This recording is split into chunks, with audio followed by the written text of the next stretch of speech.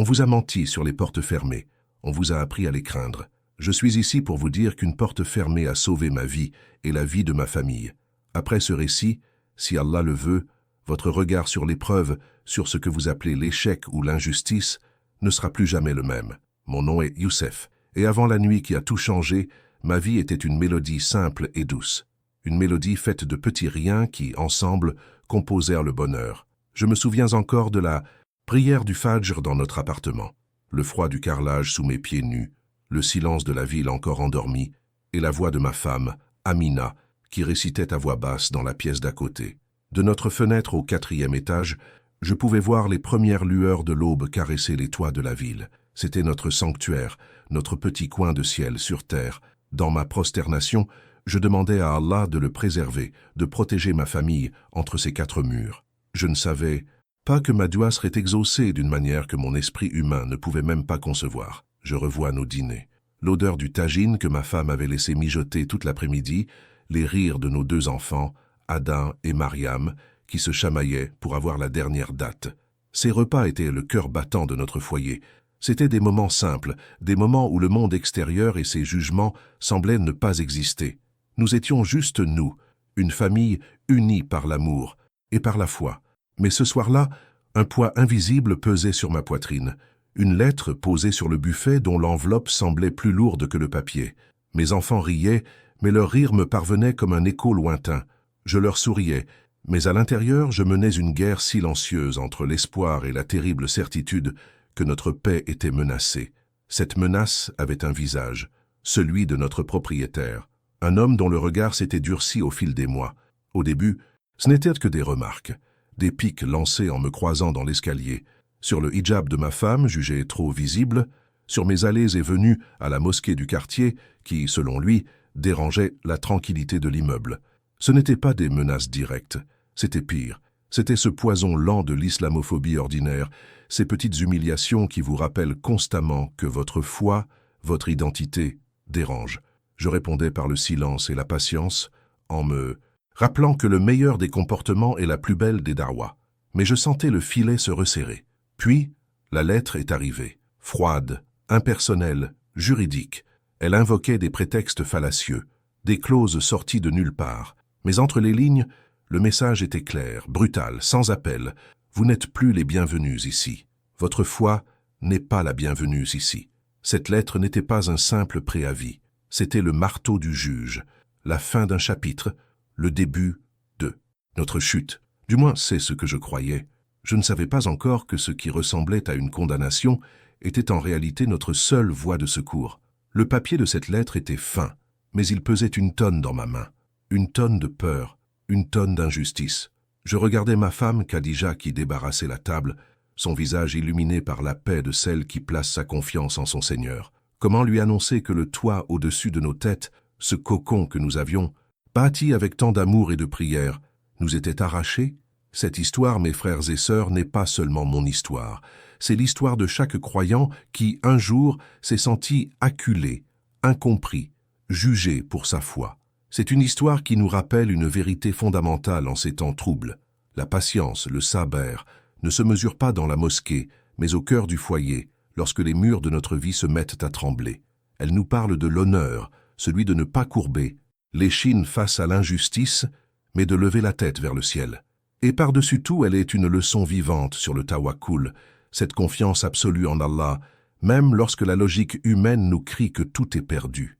Allah, dans son infinie sagesse, nous prend parfois, nous, l'argile fragile de ses créatures, et il nous place sous une pression immense, une pression qui semble vouloir nous écraser, nous réduire en poussière.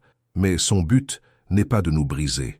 Son but est de nous transformer, de faire de cette argile sous pression une brique solide, un rempart de la foi inébranlable. Ce soir-là, ma famille et moi, nous étions cette argile entrant dans le four de l'épreuve, et je dois le dire avec la plus grande humilité, car mon rôle ici est celui du conteur, pas du savant. Je ne suis qu'un témoin, un serviteur qui a vu un signe et qui a le devoir de le partager. Mon récit est celui d'un homme faillible, avec ses doutes et ses peurs. Toute interprétation théologique appartient aux gens de science, et toute vérité ne vient que d'Allah le Très-Haut. Et Allah est le plus savant. Alors restez avec moi jusqu'à la fin. car je ne partagerai pas seulement les événements qui ont suivi, mais je vous confierai ce que je crois être la clé, le moment précis, l'état du cœur que nous avons cherché à atteindre, l'invocation que nous avons faite dans notre prosternation la plus profonde, alors que le monde s'effondrait autour de nous. La leçon ne se trouve pas dans le miracle lui-même, mais dans la soumission qui l'a précédé. C'est là que se trouve le signe. Quand nos enfants furent endormis, je me suis assis face à Khadija et je lui ai tendu la lettre. Je n'ai pas eu besoin de dire un mot. Elle a lu, son visage passant de l'incompréhension à une profonde tristesse. Mais aucune larme n'a coulé. Elle a replié le papier, l'a posé sur la table et a levé les yeux vers moi. Il n'y avait pas de panique dans son regard, mais une détermination que je ne lui connaissais pas. Elle a posé sa main sur la mienne et a dit cette phrase qui est restée gravée en moi. « Allah est notre protecteur, Al-Wakal. S'il nous ferme cette porte, c'est qu'il sait qu'il y a un danger derrière et qu'il nous en ouvrira une meilleure. » Ces paroles étaient un baume sur mon cœur angoissé. En cet instant, elle n'était pas ma femme, elle était mon imam, me rappelant à l'essentiel. Les jours qui suivirent furent un supplice silencieux. Nous avons commencé à faire les cartons. Chaque objet que nous emballions était un souvenir que nous mettions sous scellé. Le petit cadre avec la première mèche de cheveux d'Adam, le tapis de prière usé sur lequel Mariam avait appris à se prosterner, le Coran que son père m'avait offert pour notre mariage. C'était notre vie entière que nous enfermions dans du carton. Le plus dur était le regard de nos enfants. Ils ne comprenaient pas. « Pourquoi on met nos jouets dans des boîtes, papa? On va où ?» Je leur inventais des histoires, d'aventures, de grands voyages, mais au fond de moi je me sentais comme le pire des menteurs, car je n'avais aucune destination à leur offrir. Le propriétaire, lui, nous évitait. Mais parfois, je croisais son regard dans l'escalier. Un regard froid, satisfait, le regard de celui qui a gagné. Et certains voisins, qui nous souriaient la veille, baissaient désormais les yeux en nous croisant, comme si notre malheur était contagieux. Nous étions seuls, humainement seuls. La dernière nuit est arrivée. L'appartement était vide, froid. Nos voix résonnaient contre les murs nus. Il ne restait que nos valises, alignées près de la porte comme des soldats, attendant un ordre de repli. Cette nuit-là, nous avons fait notre prière d'Alisha ensemble, à même le sol. Ma prosternation n'a jamais été aussi longue, aussi lourde. Mon front collé au parquet, je ne demandais plus à Allah de changer le décret. Je lui demandais la force de l'accepter. Je lui demandais de protéger la foi de mes enfants. Je lui demandais de me pardonner mon impuissance. Je m'abandonnais, totalement. Puis nous nous sommes levés. J'ai pris Adam dans mes bras. Khadija a pris la main de Mariam. Nous avons marché vers la porte d'entrée. J'ai glissé la clé dans la serrure pour la dernière fois. J'ai tourné. Un clic. Ce clic n'était pas seulement le bruit d'une serrure, c'était le son de notre monde qui basculait. Nous étions dehors, dans le froid, face à la nuit, et nous ne savions pas que ce son, ce claquement de porte qui signait notre humiliation, était en réalité le son de la miséricorde d'Allah qui venait de nous sauver la vie.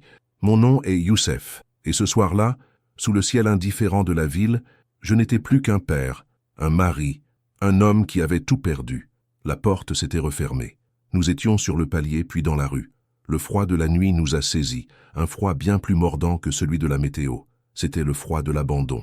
Les lumières de la ville, qui d'habitude me semblaient si chaleureuses, projetèrent maintenant des ombres longues et menaçantes. Chaque voiture qui passait nous éclairait un instant, exposant notre petite famille brisée sur le trottoir, au milieu de nos valises. C'était une humiliation silencieuse, un spectacle dont nous étions les seuls acteurs et spectateurs. Ma femme, Khadija, serrait notre petite Mariam contre elle, lui chuchotant des mots que je ne pouvais pas entendre, mais que je devinais apaisants. Mon fils, Adam, tenait fermement ma main, ses petits doigts glacés dans les miens. Il levait les yeux vers moi, des yeux remplis d'une question muette. « Et maintenant, papa ?» Et je n'avais pas de réponse. Ce n'était pas arrivé d'un coup. Le poison s'était instillé lentement. Nous vivions dans cet appartement depuis 5 ans. 5 années de bonheur simple. Le bruit des clés de Khadija dans la serrure en rentrant des courses, l'odeur de son tagine qui embaumait le couloir, le son de l'appel à la prière qui filtrait par la fenêtre ouverte, venant de la petite mosquée du quartier. C'était notre havre. Au début, notre propriétaire était un homme de politesse discrète et de sourire bref. Il n'était ni bon ni mauvais. Il était simplement là, une présence neutre dans le décor de notre vie. Mais la neutralité est une chose fragile face à la méconnaissance. Tout a commencé à changer quand Khadija a décidé de porter son hijab avec plus de constance. Ce n'était pas un acte de défi, mais une étape personnelle dans son cheminement de foi. Pour le monde, ce n'était qu'un morceau de tissu. Pour elle, c'était une couronne. Pour notre propriétaire, c'est devenu une obsession. Les questions ont commencé. D'abord faussement curieuses. C'est pour la religion? Vous le portez tout le temps? Puis, elles sont devenues des remarques, des insinuations. Mes allées et venues pour la prière du Fajr à la mosquée sont devenues suspectes. Les amis qui venaient partager un iftar pendant le Ramadan étaient soudainement trop nombreux, trop bruyants. Nous étions devenus l'anomalie, l'élément étranger dans le décor qu'ils voulaient si lisse, si prévisible. Nous ne le savions pas encore, mais notre destin dans cet immeuble était déjà scellé. L'avis d'expulsion est arrivé comme une sentence. Des motifs inventés, des plaintes imaginaires. Nous avons essayé de nous défendre, de raisonner. En vain. La loi était de son côté, ou du moins, il a su la tordre pour qu'elle le soit. Et nous n'avions que notre confiance en Allah. Peut-être que vous aussi, en m'écoutant, vous avez senti ce regard sur vous, ce jugement silencieux dans un magasin, cette méfiance dans les transports, cette question qui flotte dans l'air. Qui êtes-vous, vraiment? Notre épreuve, ce soir-là, était la matérialisation de toutes ces petites blessures, la somme de tous ces regards. Assis sur le trottoir, je regardais les fenêtres de notre ancien appartement. La lumière était encore allumée, notre lumière. J'imaginais nos vies encore à l'intérieur, le rire de mes enfants, la chaleur de notre foyer, et j'ai senti une vague de colère monter en moi. Une colère contre cette injustice, contre cet homme, contre mon impuissance. Mais alors que cette colère menaçait de me submerger, j'ai senti la petite main d'Adam serrer la mienne plus fort. Il ne me jugeait pas, il me faisait confiance. Et ce simple geste a tout changé. Mon rôle n'était pas d'être en colère, mon rôle était d'être un père, un protecteur. Même sans toi, je me suis levé, la poussière de... La défaite encore sur mes genoux. J'ai regardé ma femme et je lui ai souri. Un sourire forcé, fragile, mais un sourire quand même. Il fallait trouver un endroit où passer la nuit. N'importe où, un abri contre le froid et les regards. Il fallait agir, et c'est là que tout a basculé. J'ai sorti mon téléphone. La batterie était faible, symbole parfait de notre situation. J'ai appelé un ami, puis un autre. Les réponses étaient les mêmes, des excuses, des regrets. La vie des gens est compliquée. Leurs appartements sont petits, leurs cœurs sont parfois étroits. Je ne leur en voulais pas. Chacun porte son propre fardeau. Mais chaque appel qui se terminait par un « désolé » était comme un nouveau clou planté dans notre espoir. Nous avons commencé à marcher, sans but, poussant nos valises sur les trottoirs inégaux. Le bruit des roulettes sur le bitume était le seul son qui nous appartenait. Il racontait notre errance. Nous étions des exilés dans notre propre ville. Nous sommes passés devant des restaurants, des cafés. À travers les vitres, nous voyions des gens rire, manger, vivre. Ils étaient dans un autre monde, un monde chaud et sûr. J'ai détourné le regard de mes enfants pour qu'ils ne voient pas la faim et l'envie dans mes propres yeux. Chaque porte qui se fermait au téléphone était une nouvelle épreuve. Mais Allah, dans son infinie sagesse, fermait ces petites portes pour nous en ouvrir une bien plus grande. Nous ne pouvions simplement pas la voir. Nous avons fini par trouver un petit parc public, désert à cette heure tardive. Il y avait un banc sous un lampadaire à la lumière blafarde. C'est là que nous nous sommes arrêtés. Notre voyage s'arrêtait ici, sur un banc en bois froid et humide. Khadija a sorti une couverture de l'une des valises et a emmitouflé les enfants. Ils se sont endormis presque aussitôt, épuisés par une journée qu'ils ne comprenaient pas. Ils dormaient, innocents, protégés de la dureté du monde par un simple morceau de tissu et l'amour de leur mère. Nous pensions avoir touché le fond. Nous ne savions pas que nous étions assis au seuil de notre délivrance. Khadija et moi sommes restés assis en silence, côte à côte. Nous n'avions plus rien à nous dire. Nos cœurs communiquaient au-delà des mots. Nous partagions la même peur, la même douleur, et la même foi tenace, fragile mais vivante. Je regardais les branches nues des arbres se découper sur le ciel nocturne, et j'ai pensé à la promesse d'Allah. J'ai pensé au verset qui dit « Et quiconque craint Allah, il lui donnera une issue favorable, et lui accordera ses dons par des moyens sur lesquels il ne comptait pas. » Des moyens sur lesquels il ne comptait pas. Cette phrase tournait en boucle dans ma tête. J'avais cherché des moyens humains. Un téléphone, un ami, un hôtel. J'avais tout épuisé. Il ne me restait plus rien. Plus aucune solution terrestre. Et c'est à ce moment précis, dans le silence le plus total, que j'ai compris que mon rôle n'était plus de chercher une solution qu'humaine. Mon rôle était de m'en remettre, de lâcher prise, de faire confiance au planificateur parfait. Je me suis tourné vers Khadija. Ses yeux brillaient sous la lumière du lampadaire. J'ai dit doucement « Faisons dua ». Elle a hoché la tête. Et là, sur ce banc public au milieu de la nuit, entourés de nos bagages comme les vestiges d'une vie passée, nous avons levé nos mains. Nos mains étaient vides, mais nos cœurs étaient pleins. Je n'ai pas demandé à récupérer notre appartement. Je n'ai pas demandé à punir notre propriétaire. J'ai simplement parlé à Allah comme un serviteur parle à son maître. « Oh Allah, tu vois notre état. Tu connais notre faiblesse. Nous avons été chassés, humiliés, et nous n'avons aucun refuge si ce n'est toi. Nous plaçons notre confiance en toi. Nous nous en remettons à toi. Guide-nous, protège-nous, et montre-nous un signe de ta miséricorde. Nous avons tout perdu, mais tant que nous t'avons, nous n'avons rien perdu. » Les larmes coulaient sur mes joues, des larmes, non pas de tristesse mais de soulagement. Le fardeau que je portais sur mes épaules venait de se dissoudre. Je l'avais déposé devant celui qui est capable de tout. Une paix immense, une sakina, a envahi mon cœur. Nous avions à peine baissé nos mains, nos paumes encore chaudes de la sincérité de notre invocation, quand la nuit s'est déchirée en deux. Ce ne fut pas un son ordinaire, ce fut une déflagration, une force qui a semblé venir des entrailles de la terre. Un éclair orange a dévoré le ciel et un rugissement a fait trembler le sol sous nos pieds, comme si la terre elle-même venait de crier. Mes enfants ont crié, se blottissant contre leur mère. Mon premier réflexe, un réflexe de père, fut de les couvrir, de faire de mon corps un bouclier contre un danger que je ne comprenais pas. Le monde autour de nous était devenu fou. Des voitures s'arrêtaient, des gens sortèrent de chez eux, le doigt pointé vers le ciel nocturne, maintenant souillé par une colonne de fumée noire et orange. Mon cœur battait la chamade, mais au milieu de ce chaos, quelque chose d'étrange se passait en moi. La paix qui m'avait envahi pendant la dua était toujours là. C'était comme être au centre d'un cyclone. Dehors, la destruction. Dedans, un calme inexplicable. Je n'avais pas peur. J'étais en attente, comme si j'assistais à la pièce de théâtre qu'Allah avait écrite pour moi et que j'attendais de comprendre le dernier acte. Mes yeux ont suivi la direction de la fumée, une direction que je connaissais par cœur. C'était la direction de notre rue, la direction de notre ancien appartement. Un frisson a parcouru mon échine, un frisson qui n'avait rien à voir avec le froid de la nuit. Non, impossible, c'était une coïncidence. Wallahi, ce ne pouvait être qu'une coïncidence. Les sirènes se rapprochaient, leurs hurlements déchirant le peu de silence qui restait.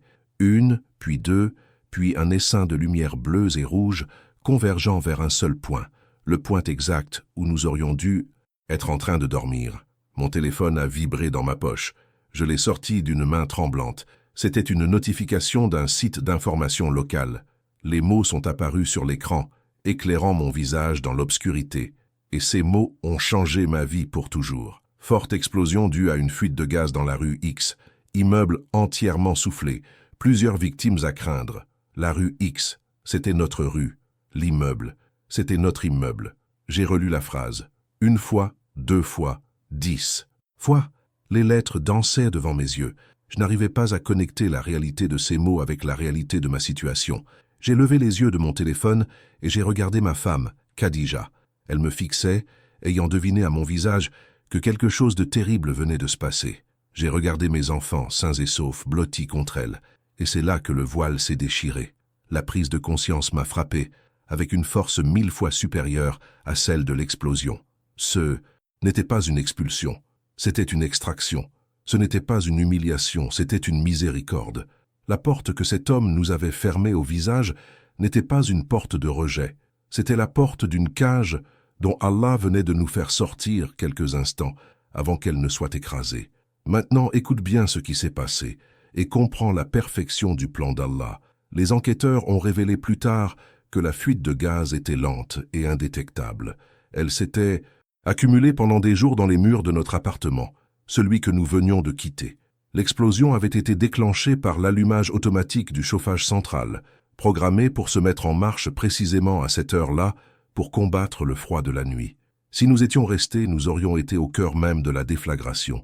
Nous n'aurions eu aucune chance. Cet homme, dans sa haine, pensait nous détruire. Il pensait nous jeter à la rue, nous laisser au froid. Mais son plan n'était rien face au plan d'Allah. Il a été, sans le savoir, l'instrument de notre salut. Allah dit dans le Coran, « et ils ont comploté, et Allah a comploté, et Allah est le meilleur des comploteurs. Ce soir-là, j'ai vécu ce verset dans ma chair et dans mon âme. J'ai montré le téléphone à ma femme. Ses yeux se sont écarquillés. Sa main est venue couvrir sa bouche. Les larmes ont commencé à couler sur ses joues, mais cette fois, ce n'étaient pas des larmes de tristesse. C'étaient des larmes de gratitude, des larmes de stupéfaction devant la grandeur et la miséricorde de notre Créateur. Elle m'a regardé, et dans son regard, j'ai vu notre foi, autrefois mise à l'épreuve, se transformer en une certitude de roc, une montagne que plus rien ne pourrait jamais ébranler. Nous sommes restés là, silencieux, pendant que le monde s'agitait autour de nous. Nous n'étions plus des sans-abri sur un banc public. Nous étions les témoins d'un miracle. Nous étions la preuve vivante que parfois, Allah brise ton cœur uniquement pour t'empêcher d'être brisé. Il te prend quelque chose que tu aimes pour te donner quelque chose de bien meilleur, la vie, la foi et la certitude absolue qu'il est toujours là, même quand tu penses qu'il t'a abandonné. Cette nuit-là, nous n'avions pas perdu une maison. Nous avions gagné une conviction éternelle. L'épreuve la plus sombre de notre vie venait de se transformer en la lumière la plus éclatante, un signe qu'Allah venait de graver dans nos cœurs pour le restant de nos jours. Cette nuit-là, nous avons été aidés. Des amis, puis la communauté de la mosquée, en apprenant la nouvelle, nous ont ouvert leurs portes et leurs cœurs. Mais alors que nous étions enfin au chaud, en sécurité, mon esprit restait figé sur ce banc, dans le froid, face aux ruines fumantes de ce qui avait été notre vie. Ce n'était pas le choc de l'explosion qui me hantait. C'était le silence assourdissant de la miséricorde divine qui avait précédé le bruit. Le plan de notre propriétaire était de nous humilier. Le plan d'Allah était de nous sauver. L'instrument de notre épreuve est devenu la cause de notre survie. J'ai compris à ce moment-là que nous, les êtres humains, nous ne voyons qu'une seule pièce du puzzle. Nous pleurons sur une porte qui se ferme sans savoir qu'elle nous protège de l'incendie qui fait rage de l'autre côté. Depuis cette nuit, ma relation avec l'épreuve a changé. Chaque fois qu'une difficulté se présente, qu'un projet échoue, qu'une porte se ferme, l'image de cet immeuble en flammes revient dans mon esprit. Ce n'est plus une image de peur, mais un rappel que le décret d'Allah, même lorsqu'il est douloureux en apparence, est toujours enveloppé d'une sagesse et d'une bonté qui nous dépassent. Notre famille a fait de cette histoire notre ancre. Nous ne la racontons pas comme une tragédie évitée, mais comme la plus belle des leçons de tawakkul, de confiance totale en Allah. Quand mes enfants grandissent et font face à leurs propres déceptions, nous nous asseyons ensemble et je leur dis « Souvenez-vous de la nuit où Allah a fermé une porte pour nous sauver la vie. » Et je vois dans leurs yeux la paix s'installer, la certitude que celui qui nous a sauvés cette nuit-là ne les abandonnera jamais. Cette expérience a transformé notre doua. Avant, je demandais à Allah de m'ouvrir des portes. Aujourd'hui, je lui demande de m'ouvrir les portes qui sont un bien pour moi et de fermer celles qui contiennent un mal que j'ignore même si mon cœur désire les franchir. J'ai appris que la plus grande des protections n'est pas d'obtenir ce que l'on veut, mais d'être satisfait de ce qu'Allah veut pour nous, car il est Al-Lataf, le subtil dans sa bonté. Nous avons finalement trouvé un autre logement, plus grand, dans un quartier où notre foi est accueillie avec respect. C'est comme si Allah nous avait retirés d'un endroit précaire pour nous placer dans un lieu de paix.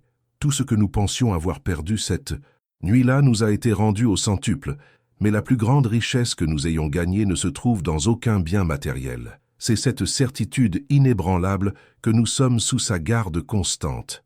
Ô Allah, toi qui vois ce que nous ne voyons pas et qui sais ce que nous ignorons, je te demande de poser ta main apaisante sur le cœur de chaque personne qui écoute cette histoire et qui traverse une épreuve.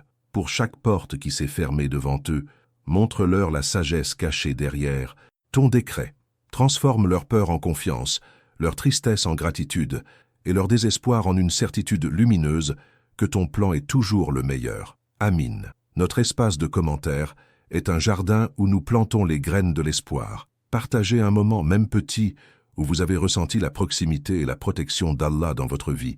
Vos histoires sont des lumières pour les autres. Je lirai chacune d'entre elles, car dans chaque témoignage se trouve un signe de sa présence. Et si cette histoire a touché votre cœur, partagez-la. Pas pour moi, mais pour rappeler à quelqu'un qui se sent peut-être seul et abandonné ce soir que la porte qu'Allah ferme est parfois le plus grand cadeau qu'il puisse nous faire.